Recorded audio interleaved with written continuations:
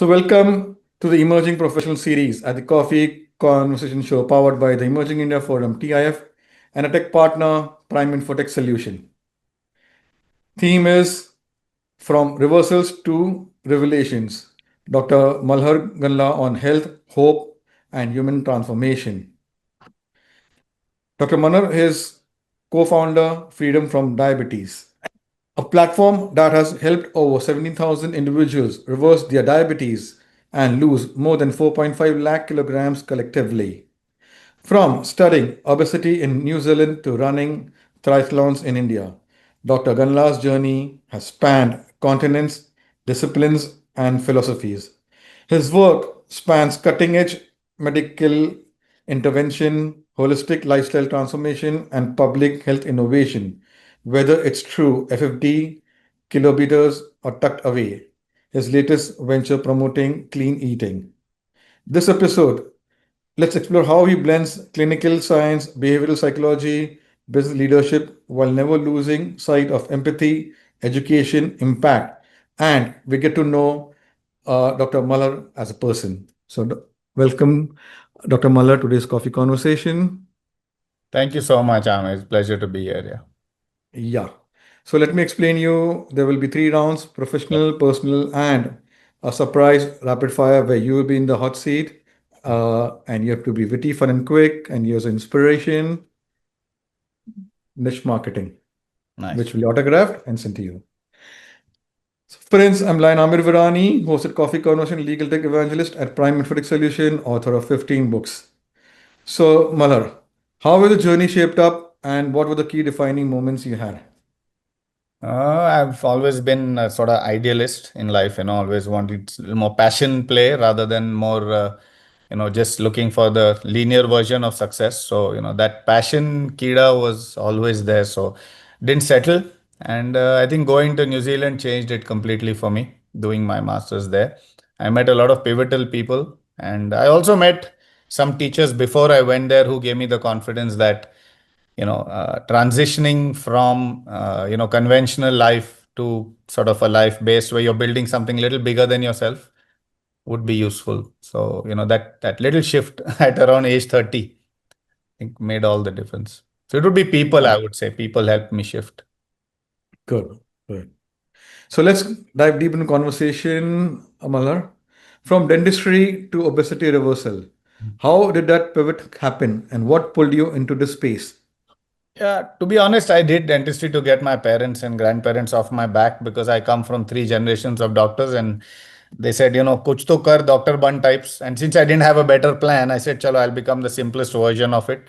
And I did it, somehow practiced for 5, 6 years, but there was always a deep desire to do something bigger. That 200, 400 square feet wasn't sort of giving me satiety. So I did a lot of triathlons, marathons as a transition, and then I felt I wanted to make that as a career. But in New Zealand, my guide convinced me that the world needs more obesity physicians and clinicians rather than, another triathlon coach. So I veered my education there, and he was right, of course. So yeah, it happened thanks to the fitness I got myself into in the late 20s. So Interesting. So we'll cover that part in the yeah. personal journey round, Malhar. Okay. So, uh, Malhar, as CIO at Freedom from Diabetes, Yeah. what does innovation look like for you on a daily basis? So innovation for me, actually, I spend more time with the customers and the clients and the patients rather than in a boardroom innovating on a laptop, because I learn the most from people. So I find that the more time I spend with people, the more sessions I take, the more needs we collect from people, and then I can go back to the drawing room and innovate, so to speak, because sustainable lifestyle finally is in the hands of people. It's not something I can design in a boardroom. So for me, that is innovation, constantly spending time with people. Wow. Yes. Okay. So let's come. You have successfully helped over 17,000 people reverse diabetes. From among them, let's go memory down the lane. Yeah. What has been the most challenging, difficult case, and how did you help that patient overcome the diabetes? Because diabetes is a lifestyle disease. Yeah, I think there are, I wouldn't say difficult, there are fulfilling cases, because a lot of people have lived 20, 30, 40 years on medicines and insulin.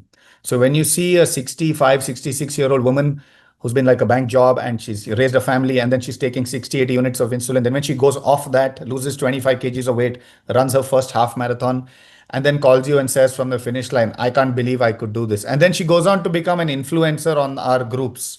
This Mm. transition from seeking inspiration to becoming a source of inspiration, to me, is what my journey was also. So I kept looking for inspiration when I was in my late 20s to then actually becoming a source of one. So that I find that motivational shift in people, and we've done that in so many people that I think when they take sort of ownership of their transformation, that's the most fulfilling. So there have been women that I love doing is seeing that in older people, 65 plus. So that is my most like fulfilling moment in this work, and we have seen thousands of them because they don't have another real agenda to live by that point, and Indians don't really inculcate hobbies after work. There is no real script to life. So when we give them a 2 hour agenda, one to go cycling or go to the gym or go for yoga, when they start filling their day with activity rather than with disease, that's incredible. And I think that's the real holy grail of what work we do, you know. No. Okay. So let's discover diabetes through this conversation. Yeah. Uh,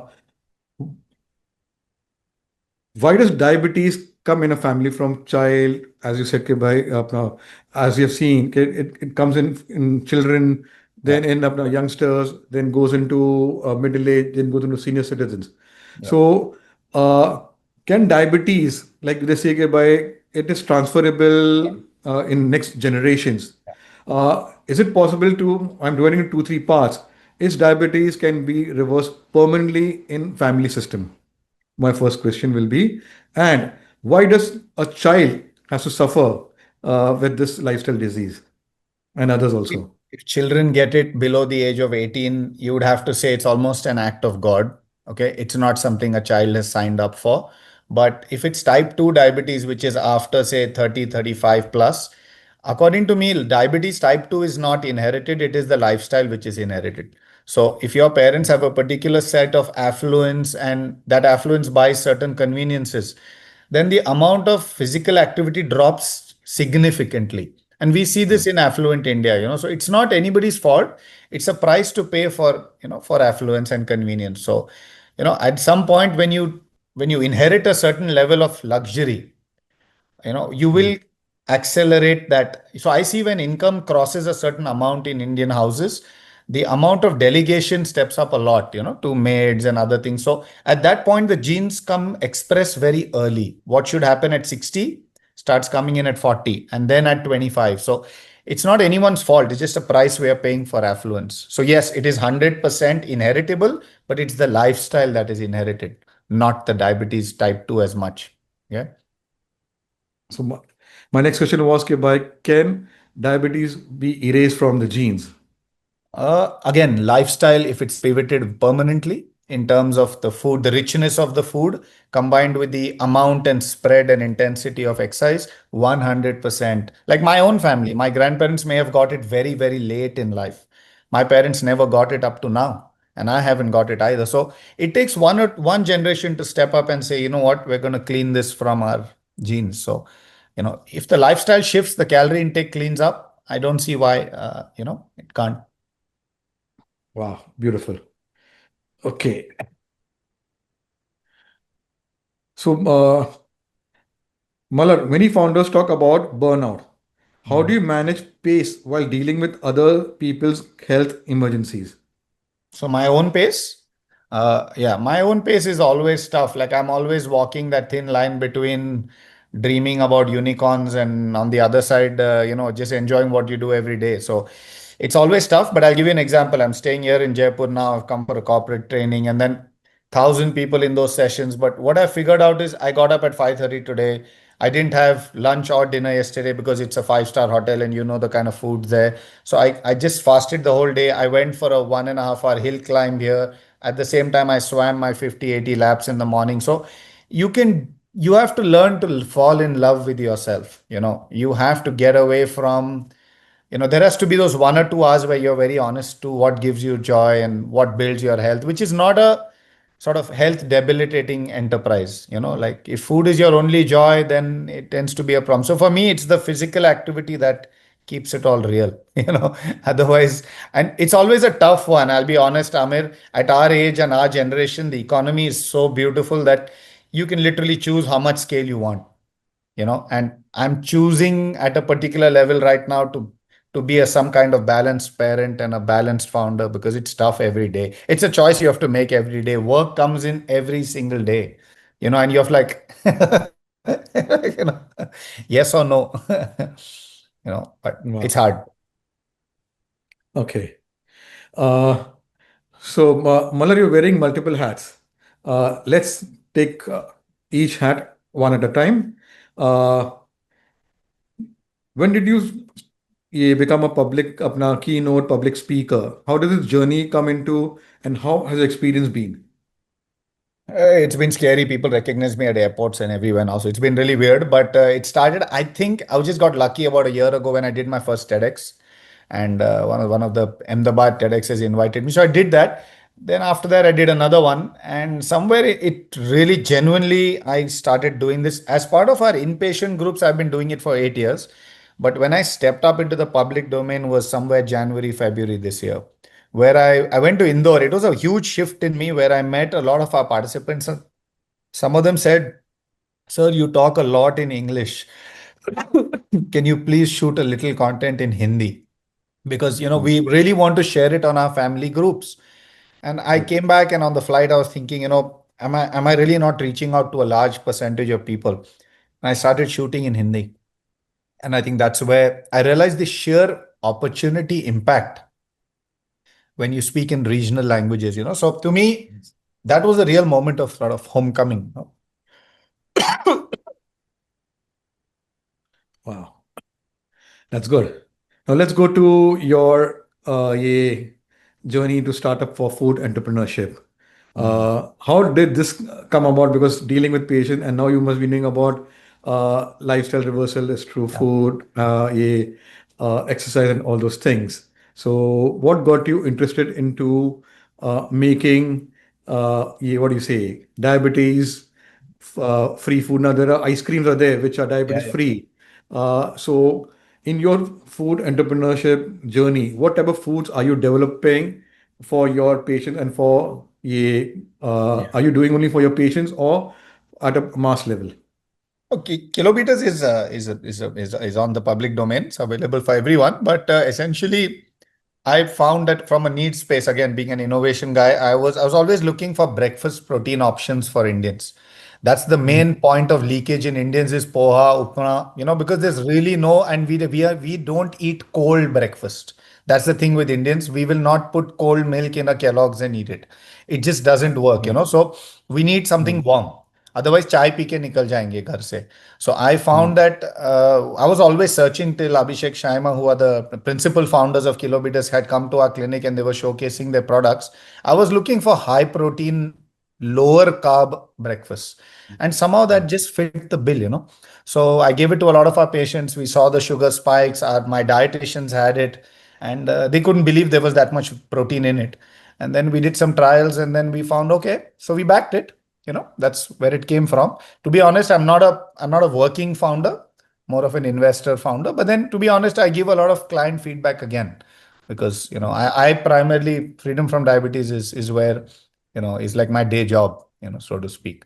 Wow. Yeah. But it's been beautiful. Like So, we have seen so many. See, today, I'll be honest, Amir, a convenience economy along with, if you bring it to my table, I'll have it, like a Zomato Swiggy format or a Blinkit format. Otherwise, yeah. don't tell me to make it, you know. Yeah. And I want its plug and Okay. play solutions for breakfast, which is very hard. Otherwise, anda sab nahi khate.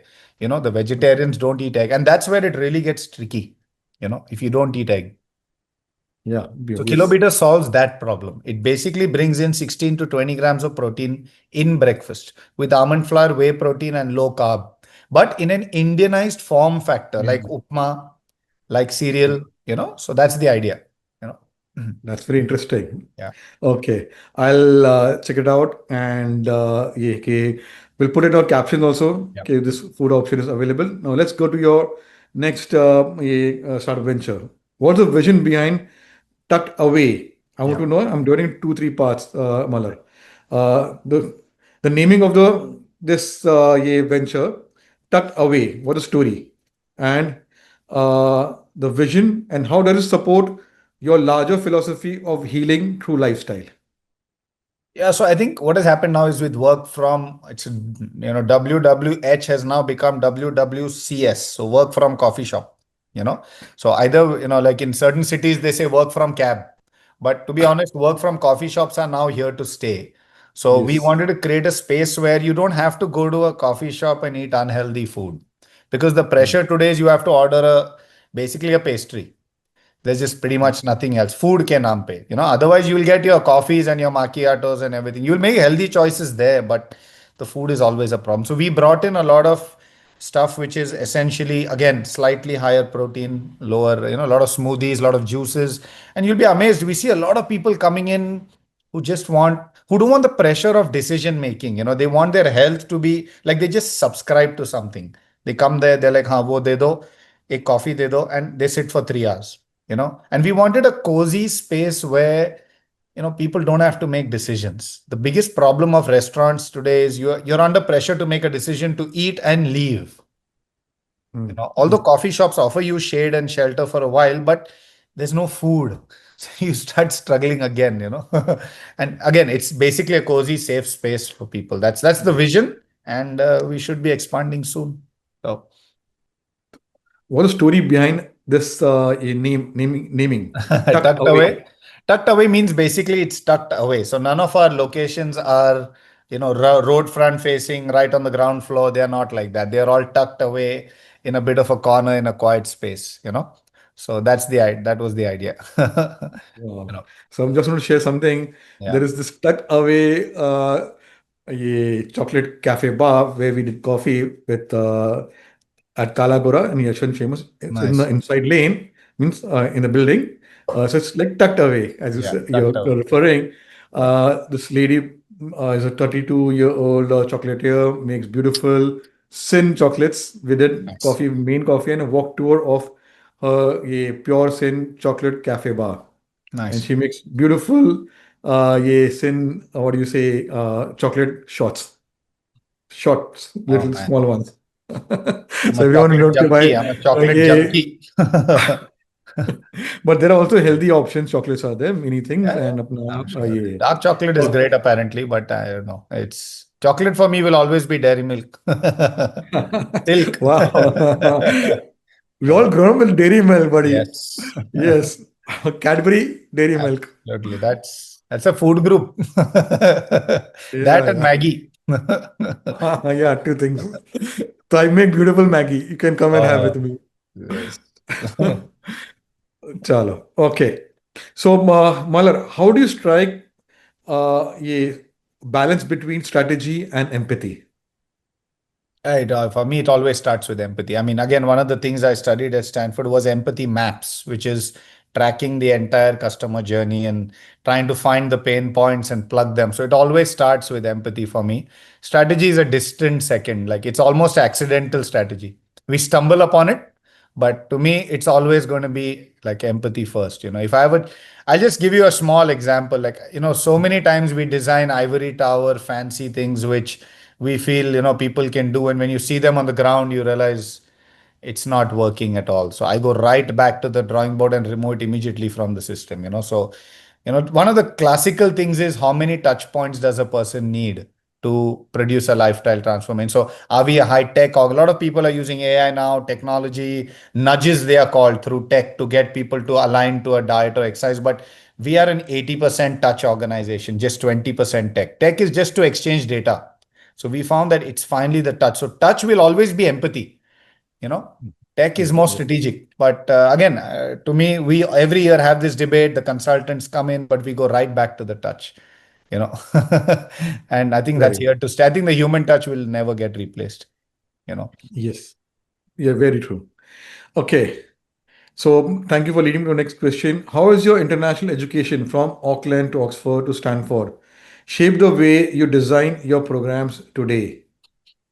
It's massive. I mean, I had never been in a what's called a sort of, those environments are they're very you centric, whereas Indian education is very teacher centric. It's all about the teacher teaching specific content and taking ownership, and you have to kind of, get it from them and then you go learn it. Here, it's all about, what do you want to learn? So one of the classic things what happened to me in Auckland was when I landed up there, I almost failed the first semester. So I went back to my teacher and said, I can't seem to grasp this style of learning where you're telling me to go to the library every time. And they said, you ask a lot of questions in the classroom. That is not how education is done. Education is refining the questions that you're asking and going to the library and asking it yourself, answering it yourself. So I said, then what are you here for? And my teacher said, I'm here to help you frame the question. The Mm. answer will come in the library. And I had such a revelation at that moment. Then I watched a few Elon Musk videos where Elon Musk talks about it's all about the right questions. Stop trying to find the answers, will find themselves. You ask the right question. I was like, oh my God, all my life I've been asking the wrong questions. So then I started spending more time on the question and less time on the answers. That Mm. changed everything. And then that same thing happened and that's how it shaped my entire approach now. I don't ask blind questions to our participants. I have a depth understanding of what they go through. So when I ask the question, it's come with a lot of thought, because it's very easy to action when you get an answer. That's a data point, you know. But if you really care as a founder, you'll take a lot of time framing the right question, you know. Yeah, very true. Okay, let's go again, maybe down the lane. Can you walk us through a particularly a challenging patient journey that left a deep impact on you? I do end up getting quite emotional, but to me, one of them that really affected me was say about maybe a year ago. I'd gone to Delhi and I stayed with a lady who was close to, I think she was about 60, and she had been through everything from marriage to children now not being what they should be, what a parent thinks they should be. So all in all, in her mind, if you take the Indian metric, she's a failure, and that's what everyone else tells her. And she become 120 kgs as well. So there's loss of vanity at one end. There's almost a loss of the net has frozen. Yeah, net is what I mean. And then when she went through our program for 6 months, she lost about 25 kgs. Her sugars came down. She got her confidence back. And when I met her in Delhi, I stayed for a day. She had cooked an entire 3-course meal for me. And at the end, Mm. I said, you're not going to have. And she said, I'm on a 5-day fast. Today is my 4th day. I will just have whatever we tell them to have. And that's life. And she had lost another 3 kg, beaming away, beaming. And then she said, just to tell you, you challenged us to take a woman empowerment. Like one of the goals I told her is make a large financial decision. Show me. Now that you have lost 25 kgs, show me a financial decision. She said, I'm going to Vietnam for a solo trip. Wow. From being 126 to coming to 100 to fasting on your own to now planning a trip. To me, that was like, I actually got so emotional. I was like, ek to that maternal care that they have when you stay with them, all that is one part. But when I see decision making put back in a person's life, Yes. and Yes. especially with health, like that's optimism. To me, everything comes down to optimism. Then they're not scared of themselves anymore.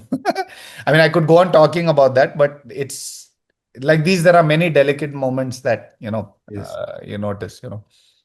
Super. Yeah. Beautiful. Okay. So from the health tech world, who has inspired or influenced you? I would say my co-founder itself. I mean, Pramod is a different class of human being. I mean, from all angles. Not only does he outrank me in terms of his knowledge and implementation, and his entire class, and I just like people who do what they do with with immense, like they carry the weight lightly. You know, and of course, success brings its own weight, but he doesn't carry that either. So to me, it's just a luxury to have a mentor as a as a co-founder. So he's like an elder brother. He's 8, 10 years older. So there's a Mm. lot of aspiration in me to be like him at some level. But I don't. It's not. I mean, he would like to be some parts of me, and I like being some. So it's a happy marriage that way. But I frankly I don't need to go very far No. for Beautiful. Okay. So, what's next for the health tech revolution in India and globally now with AI coming everywhere? I frankly don't know. I don't see how AI is going to solve the motivational economy.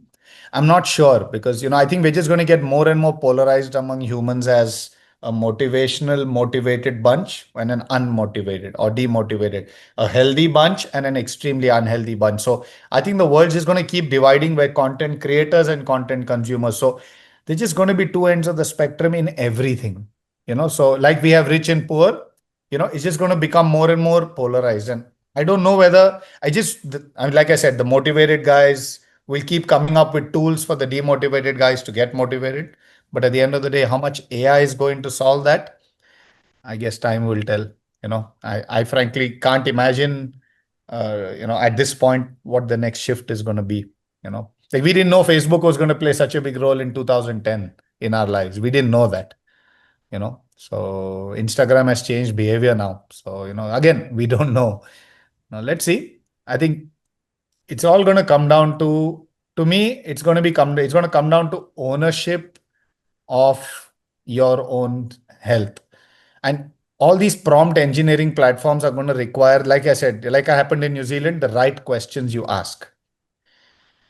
If you keep asking transactional questions, you'll get transactional answers. You keep asking transformational questions or what we call transcendental questions, which is elevating yourself beyond your current state of mind. But I don't really know whether the consumer knows those questions at this point. So I think people like us will have to train the prompt engineering in turn. Like one of the classic questions, I take sessions and I tell them, take out your phone, take out ChatGPT and enter enter what all you eat in a day. Just put down the 10 items and write down there how much protein is there in this.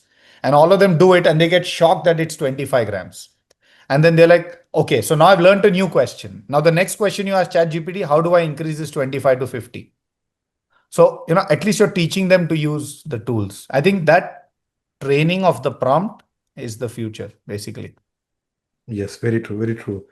I've done this coffee with Mike Todasco.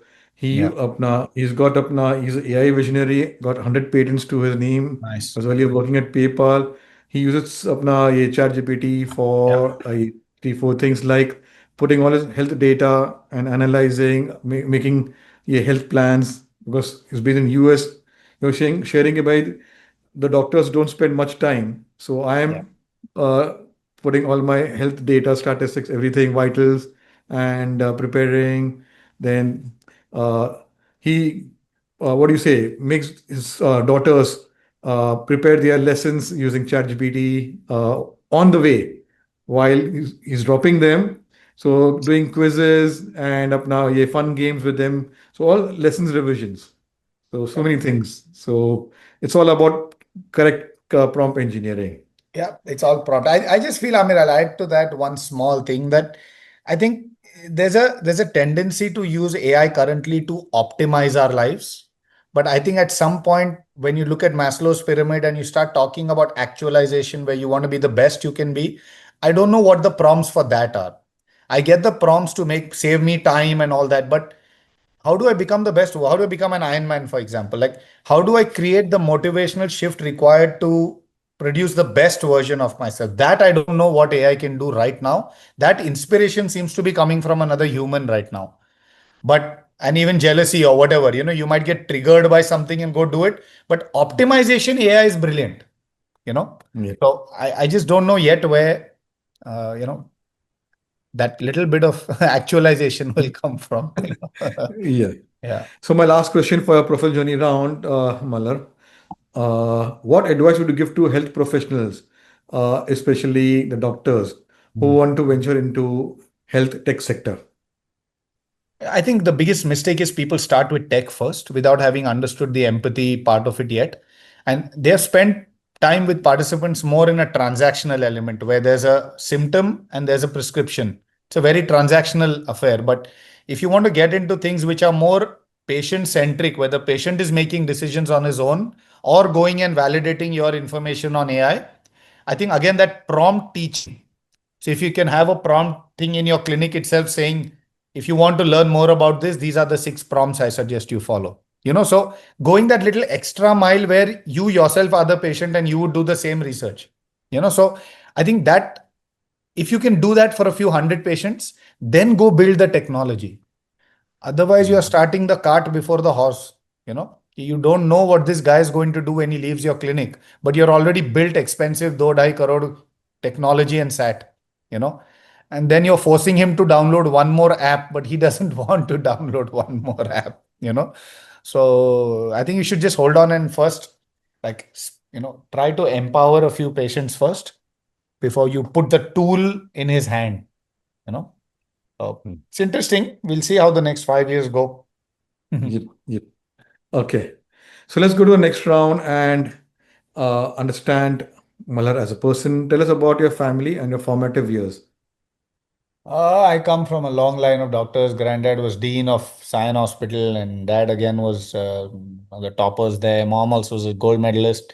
So they were all. I come from that kind of pressure. Somebody would call it lineage and pedigree, but I clearly skipped a gene because my daughter is again in the government medical colleges. So it skipped one generation. I think that level of intelligence. So I was nowhere near that. तो कैसे भी करके graduation कर लिया फिर 3-4 साल I spent very lost in life. I got married when I was 21 because we were in college together and she was a little bit older. So we took a decision that why not get married, and her dad was very grateful, very graceful in his, things like go ahead. So everything worked out well. Family support was there and 2 kids. But then I took a break. So I always jokingly tell people that for the first 10 years of our marriage, my wife raised 3 children. So, including me. But the main thing that she did was somewhere down the line, I was getting very obsessed with the whole triathlon thing because I found sport was always very deep in my life. So for many years, I just kept doing triathlons. And then one day my wife said, "What are you finding in all this? Like, what's the purpose of all this?" So I said, "I'm finding myself." And she said, "If you're done finding yourself, can you find some work now?" So I was like, ouch, she's got a point there. And I took a, rational call that it's time to, time to step up and make some impact in the world. So I think I did a course by a guy called Naren Goedani, which is called Life School when I was 26 or something. And that in a way was a very fulcrum moment for me because he laid down a challenge in that course saying, if everyone keeps seeking inspiration, then who's going to create or deliver it? So can you take the challenge of being that 1% in the world? And that sort of that challenge that he laid down, that if you're an upper middle class, third generation wealth kind of person who doesn't basically have to work for money, but can work for greed, like a bigger house or whatever, can you just step up and be an inspiration for a few people? And I took that very seriously, but then I realized I don't have the education for it. So then once I Mm. found the context, which was sport and, physical and all that, then it sort of came together in New Zealand then, and then it came together in Freedom from Diabetes. Like, then it's just been a series of Mm. not thinking too much, of just doing, like when a door opens, I just walk through it now. I don't sit intellectualizing whether it's the right thing to do. And I think that has been the number one, and like my wife is a very encouraging person, she's a doctor herself. So she always says that, what's the worst thing that will happen? you know so this worst case scenario that you keep playing, बच्चों को school नहीं छोड़ना पड़ेगा, ना घर बेचना पड़ेगा. So why are you so like, just go for it, like let's see what happens. So I think that liberated me because having a person like that in my life has been, very empowering. So I think, it's all in all, there's been a lot of churning in the first Mm. 25 years. But that churning say धीरे धीरे, the focus was always on, like I said, idealism, thoda passion, कि I was not very comfortable just working transactionally. I'm not raised like that. So unfortunately, business families have that clarity, कि at the end of the Mm. day, have you made profit, which is a very straightforward and a linear way to run a company. Unfortunately, I didn't have that kind of mentoring or upbringing. So it's not there, it's more of a people. And I don't say it morally superiority or anything. I'm just saying that crystal clarity is not there even today, so it's been a very holistic kind of thing. Ki, go make some impact in the world, go meditate a little, find work-life balance, etc. And I think that my dad even today he's in Leh Ladakh, both of them doing meditation courses. So they're very, it's like I jokingly tell people, it's always the other life they sold me, not the work. They said if you can speak English and you're reasonably well well spoken and mannered and humble, you'll get enough work and enough money. The only question is, where do you want to create impact? And I think that Yeah. took 20, 30 years to figure out where we can create impact. And now I found the acceleration coming in. So yeah, all in all, I have two daughters also, 20 and 18. So yeah, grown up, school going, college going. Beautiful.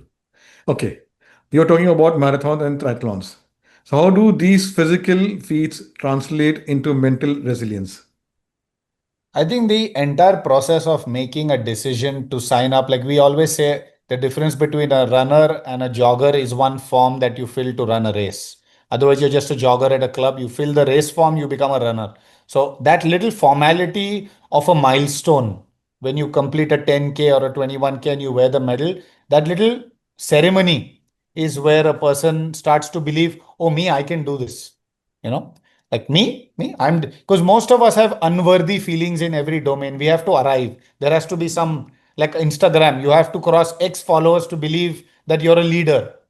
Till then, you're a Hmm. follower. So these kind of things, especially with endurance sport, it's amazing. One is you learn to spend time alone and not panic.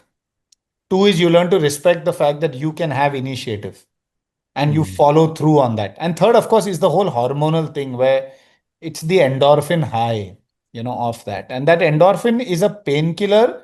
And I jokingly say it's also a mental painkiller, like, because Hmm. you keep absorbing insults and conflict and friction, and somehow that endorphin barrier keeps you a little sane, because people are fragile out there. So I've seen people become anti-fragile, with this. They become a little more strong, with that. So it's got a Wow. huge impact on human beings. Huge. Like exercise as a domain is incredible, So Wow. Beautiful.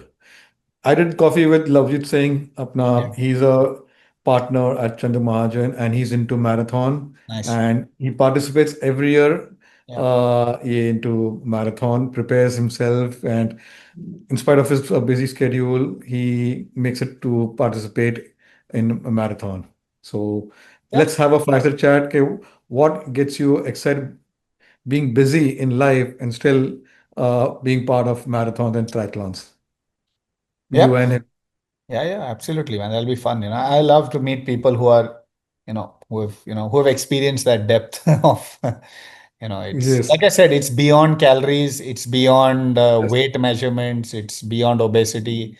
And I've seen thousands of patients now do that. They just, once they make that shift, Hmm. it's a magical shift. Oh. Yeah. Beautiful. Yeah. So my next question, what's that hobby or interest which helps you to unwind and recharge? I do play the guitar a lot. So I mean, when I go in the evening after 45 consults, my wife just gives me the guitar and just go sit in the corner. So I usually tell people measure their steps, 10,000 steps. I measure the words. So usually I cross 25,000 words or 30,000 words. So then I just go sit in a corner, don't talk to anyone, play for half an hour, 45 minutes, and then come back. That's one of the music is probably one of the greatest human being creations. So that's one. And then of course, swimming, cycling, running will never be far away. Himalayas is something I do at least once a year. So and I take patients with me now. So 30, 40 patients come with me. Those who have lost 25, 30 kgs.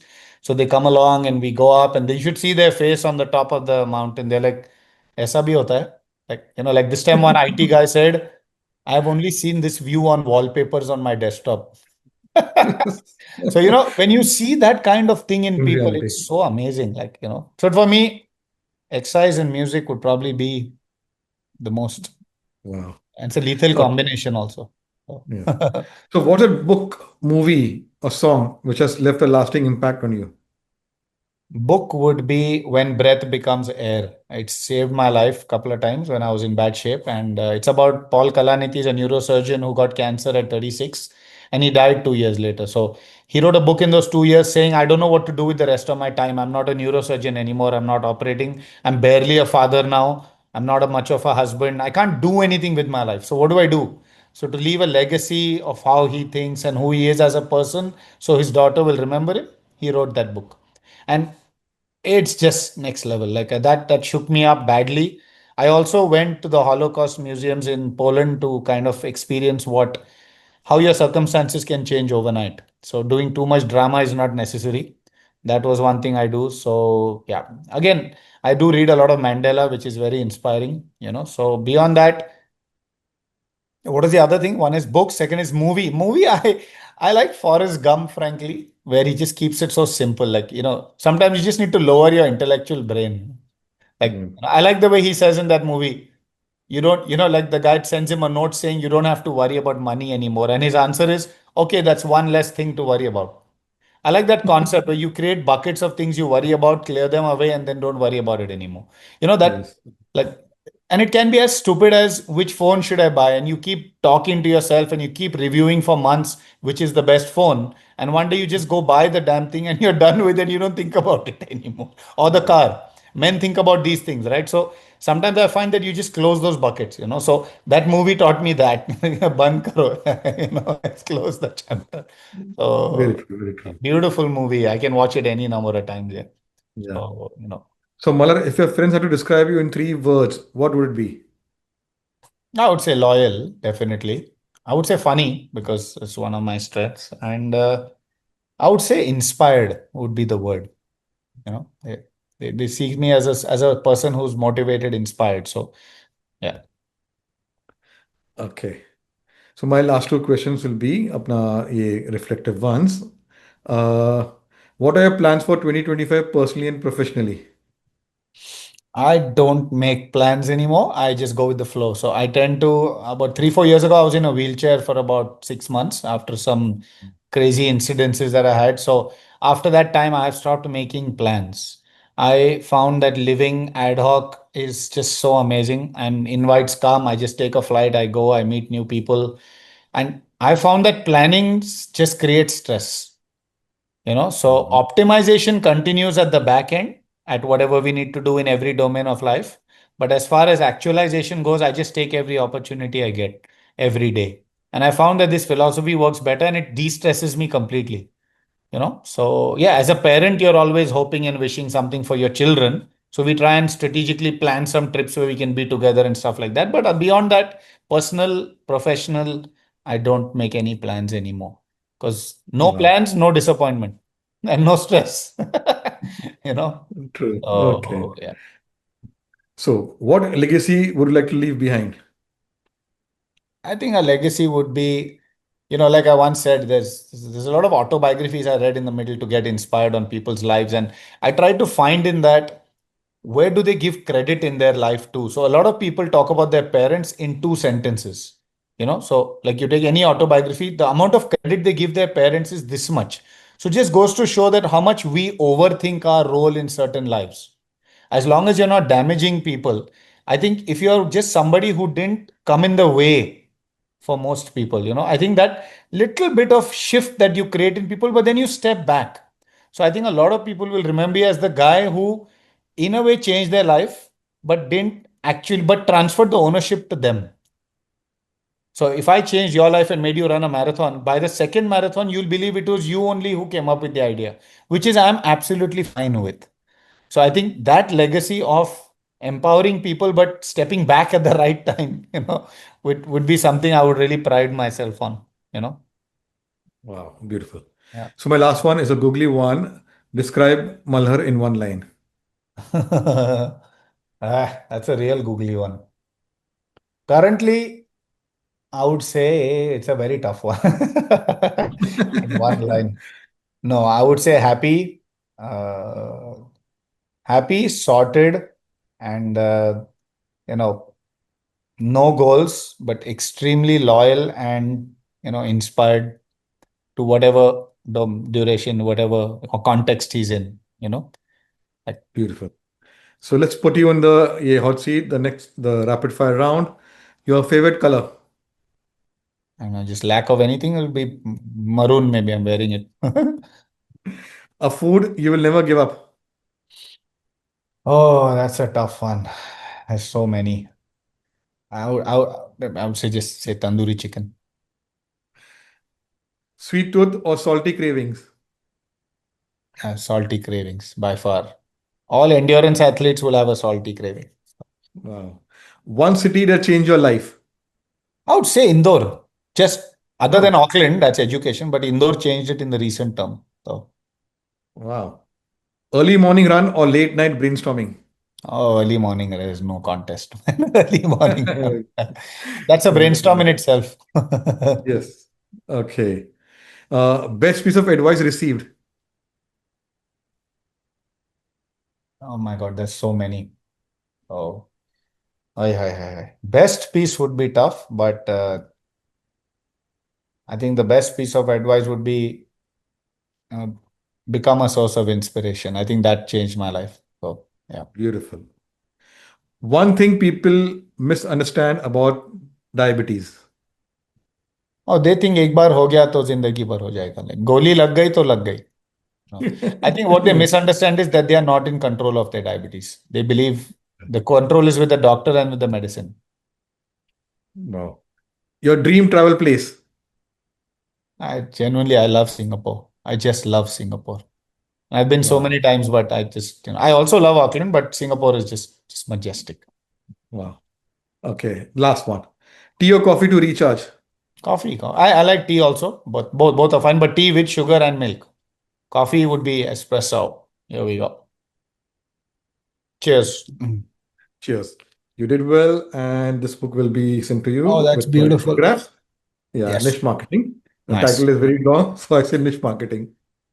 So it's from niches to riches, the importance of choosing a niche for your business. Nice.